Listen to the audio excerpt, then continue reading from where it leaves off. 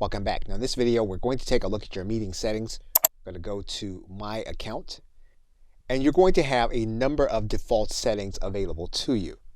In most cases, you can start using the webinar system with the default settings.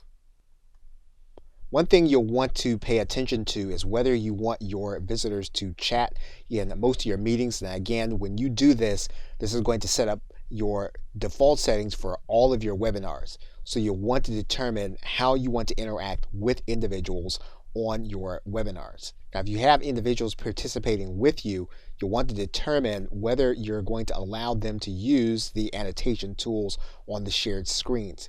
You can turn this feature off by default, and then you'll be the only one that can add notes to your shared screen.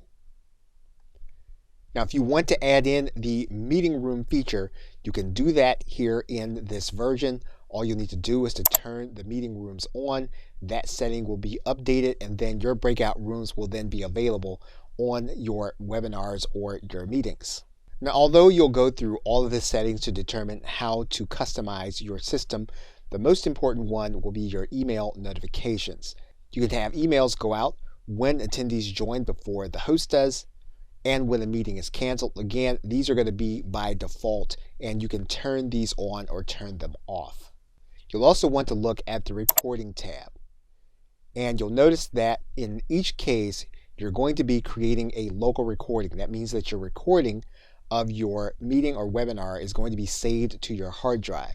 Now, if you have a paid version, you are going to have access to a cloud-based storage system.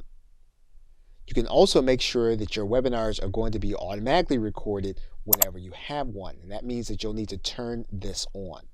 If you want to make sure that individuals know they're being recorded, you can turn this feature on.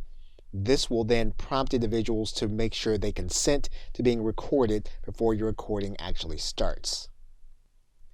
You can have individuals notified by audio that they're being recorded when you turn on this feature. Okay, so with that, thanks, and I will see you in another video.